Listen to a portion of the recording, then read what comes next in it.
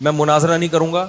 میں جیسے آپ نے ہر ایک کو سوال کرنے کی اجازت دی ہے, میں بھی آپ سے ایک طالب علم بن کے آؤں گا, اسٹوڈنٹ کی حیثیت سے, بہت ادب سے, بہت تمیز سے, کوئی جھگڑا نہیں, کوئی پھڈا نہیں, ایسے بیٹھوں گا آپ کی خدمت میں, آپ کے چرنوں میں, آپ کے پاؤں میں, آپ سے سوال پوچھوں گا. آپ نے یہ جو حدیث پڑھی تھی اس دن, اس کا جو ترجمہ کیا تھا, یہ کون سی کتاب میں لکھا ہوا ہے یہ والا ترجمہ؟ سمجھ رہے ہیں؟ آپ نے جو یہ کہا تھا کہ کسی نے بھی اس حدیث کو صحیح قرار نہیں دیا, تو یہ آپ کو خواب آیا تھا, یہ کسی بزرگ نے الہام ہوا تھا, فلاں فلاں نے اس کو صحیح قرار دیا ہے, آپ نے کیسے پھینک دی؟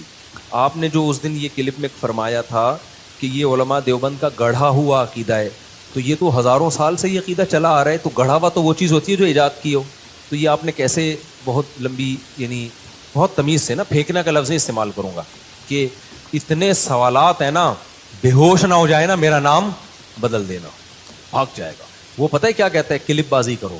کلپ بازی میں پھر یہ ہوتا ہے کہ وہ ایک لمبی بحث چلتی ہے نہ ختم ہونے والی, تو اس کے بہت سارے, ابھی دیکھو نا کلپ بازی ہوئی ہے نا عدالتی خلا پہ, میں نے اتنا مدلل ریکارڈ کروایا, مان لیا اس نے, ایسا پی گیا, ایسا گھما دیا, اس کے اسٹوڈنٹ بھی کہنے ہاں اس نے تو یہ دعویٰ ہی نہیں کیا.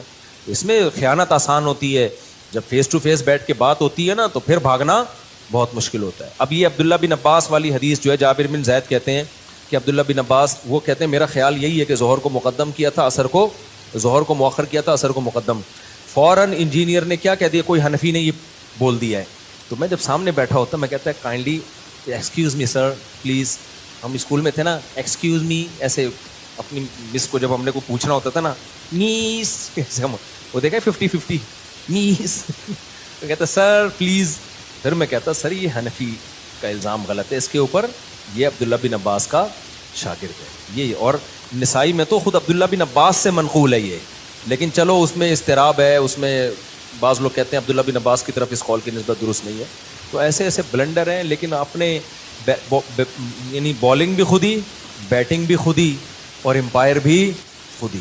ایسے میچ میں جیتنا, وہ شعر یاد کر لو بس, ہم کو دیکھ کے شرماؤ تو شرمانے کی داد بھی دیں. شاعر اپنی محبوبہ سے کہہ رہے تم ہر وقت شرماتی رہتی ہو نا, یہ کوئی شرمانا کوئی یہ اٹریکشن کا ذریعہ نہیں ہے.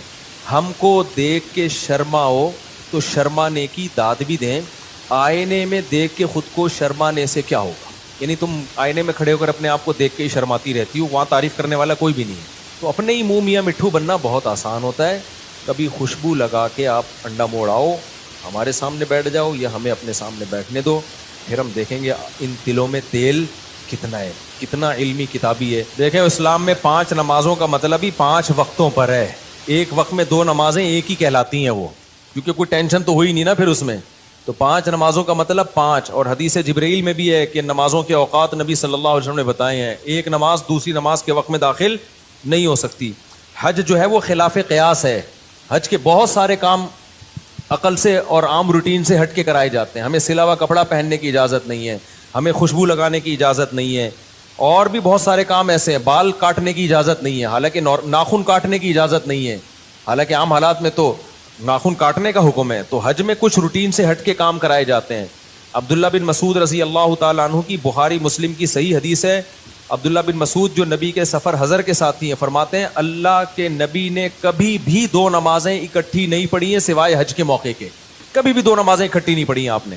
لوگ کہتے ہیں کہ عبداللہ بن مسعود کو پتہ ہی نہیں ہوگا کہ سفر میں ہو سکتا ہے ان کے سامنے نبی نے پڑھی ہو, نبی نے یعنی جب پڑھی تھی تو اس وقت وہ سفر میں نہ ہو. تو یہ بات بھی غلط ہے. عبداللہ بن مسعود سے صحیح سند سے یہ بات بھی ثابت ہے کہ آپ نے فرمایا کہ نبی نے سفر میں 2 نمازیں اکٹھی پڑھی ہیں. ایک طرف ابن مسعود کہہ رہے ہیں کبھی بھی اکٹھی نہیں پڑھی, ایک طرف کہہ رہے ہیں پڑھی ہیں. اس کا مطلب جو پڑھی ہیں اس کا مطلب کچھ اور ہے, اور نہیں پڑھی ہیں اس کا مطلب کچھ اور ہے. جو پڑھی ہیں وہ ایسے پڑھی ہیں کہ ظہر کو مؤخر کیا آخری وقت میں پڑھا, اور عصر کو مقدم کر کے اول وقت میں پڑھا. اس طرح سے پڑھنا ثابت ہے. یہ جو بخاری مسلم کی حدیث ہے نا, اس میں اب انجینئر نے بہت بڑا بلنڈر کیا. میں آپ کو بتا رہا ہوں نا کہ مجھے وقت ملے دعا کرو, اس کو میں ایسا ایکسپوز کر سکتا ہوں الحمدللہ کہ, لیکن اس کے اسٹوڈنٹ ڈھیڑ بہت ہیں. مسئلہ ان کے ساتھ ہی ہے, اتنے بڑے بڑے بلنڈر یہ آدمی کرتا ہے.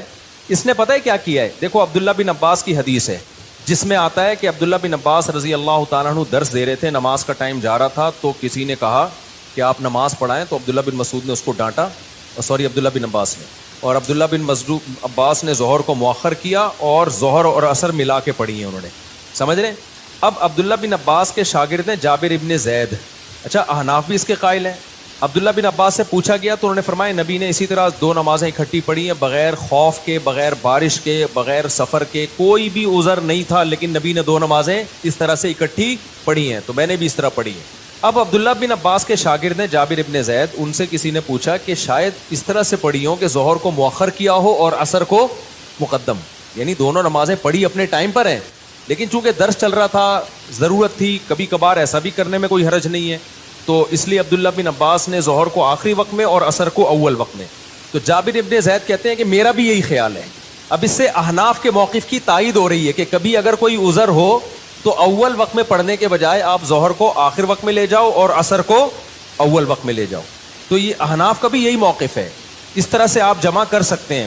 انجینئر نے اتنی بڑی خیانت کی ہے, اس نے کہا کہ وہاں کوئی حنفی بیٹھا ہوا تھا اور اس نے یہ تعویل کر دی کہ ظہر کو مؤخر کیا, عصر کو مقدم کیا. اور بھائی وہ جابر بن زید وہ عبداللہ بن مسعود کا شاگرد ہے, راوی ہے, وہ بتا رہا ہے. تو میں انجینئر کے اندھے مقلدوں سے پوچھتا ہوں, عبداللہ بن عباس کی ایک حدیث کا مطلب وہ ہے جو ان کے شاگرد بتا رہے ہیں, اور ایک مطلب وہ ہے جو جہلم میں 15ویں صدی کا بندہ بیٹھ کے بتا رہا ہے. تو تمہاری عقل پہ تالے پڑ گئے ہیں, تم ایسے اندھے ہو گئے ہو کہ ان کا شاگرد جو عبداللہ بن عباس کو دیکھ رہا ہے یا دیکھ نہیں رہا, ان سے ابھی مجھے پورے الفاظ یاد نہیں ہے کہ وہ ڈائریکٹ ان سے روایت کر رہا ہے یا ان کا شاگرد ہے, لیکن وہ اس پہ حنفی شافی کی کوئی چھاپ نہیں لگی ہوئی. وہ بیان کر رہا ہے کہ ایسا ہی ہوا ہوگا کہ ظہر کو مؤخر کیا اور عصر کو مقدم کیا ہے. اس کو یہ کہہ کے اس نے ٹال دیا کہ کوئی حنفی بیٹھا ہوا تھا, اس نے یہ تعویل کر لی, اور یہ سارے اندھے بیٹھے ہوئے ہیں اور کہہ رہے ہیں ہاں کوئی حنفی بیٹھا ہوا تھا, اس نے.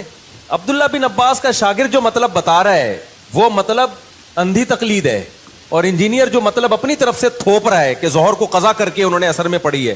اگر اس حدیث کا یہ مطلب بیان کیا جائے نا, بغیر عذر بغیر وجہ کے ظہر کو عصر کے وقت پہ پڑھا ہے, تو پھر یہ عصر کی نماز کی جو حفاظت کا قرآن نے حکم دیا, حافظوا علی الصلوات والصلاۃ الوسطی, خصوصاً درمیانی نماز کی حفاظت کرو, اس کا مطلب کیا ہے پھر؟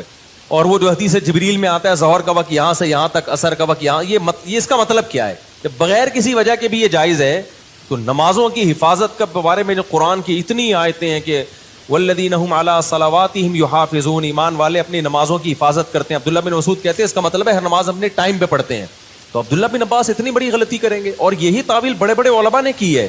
اہل حدیث علامہ شوکانی اہل حدیث عالم ہیں, انہوں نے یہی مطلب بیان کیا کہ ظہر کو مقدم کیا تھا اور عصر کو, ظہر کو مؤخر کیا اور عصر کو مقدم کیا, نمازیں اپنے ٹائم پہ ہی پڑھی ہیں.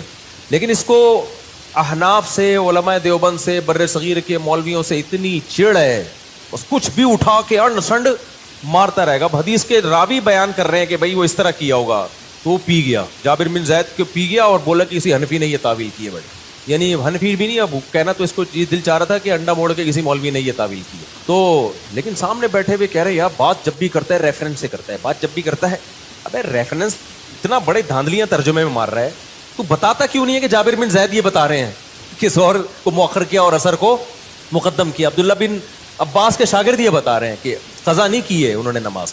تو یہ کبھی خوشبو لگا کے انشاءاللہ سوچ رہا ہوں یا تو دوبارہ جہلم چلا جاؤں گا, لیکن ایسا ہوتا نہیں, کیا کریں.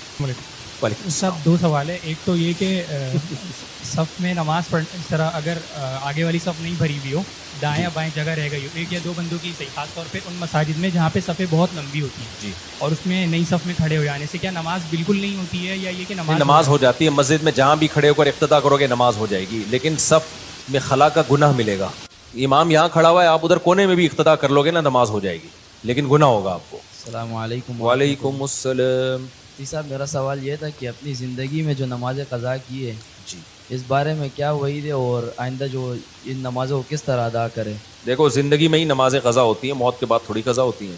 جو بھی زندگی میں نمازیں قضا ہو گئی ہیں, ایک نماز کا قضا کرنا اکبر الکبائر ہے, کبیرہ نہیں ہے, اکبر الکبائر. کبائر میں بھی سب سے بڑا گناہ ہے, اتنا بڑا جرم ہے نماز کا قضا کرنا. تو نماز ذمے سے ساقط نہیں ہوتی. ہاں کوئی کافر مسلمان ہوا ہے تو اس پہ تو نماز پہلے لازم ہی نہیں تھی نا, لہذا وہ اس دن سے شروع کرے گا. مسلمان جو تھا اس پہ تو جب سے بالغ ہوا ہے نمازیں اس کے ذمہ لازم ہے, تو وہ لوٹانا اس پر لازم ہے. لوگ کہتے ہیں قضائے عمری کی دلیل کیا ہے, ان سے پوچھا جائے نہ ہونے کی کیا دلیل ہے. حدیث میں آتا ہے دین اللہ احق ان یقضی, اللہ کا قرض اس بات کے زیادہ لائق ہے کہ اس کو ادا کیا جائے, تو اس میں توبہ بھی کرے اور قضا بھی پڑھ لے. السلام علیکم. وعلیکم السلام. صاحب میرا ای کامرس کا بزنس ہے, تو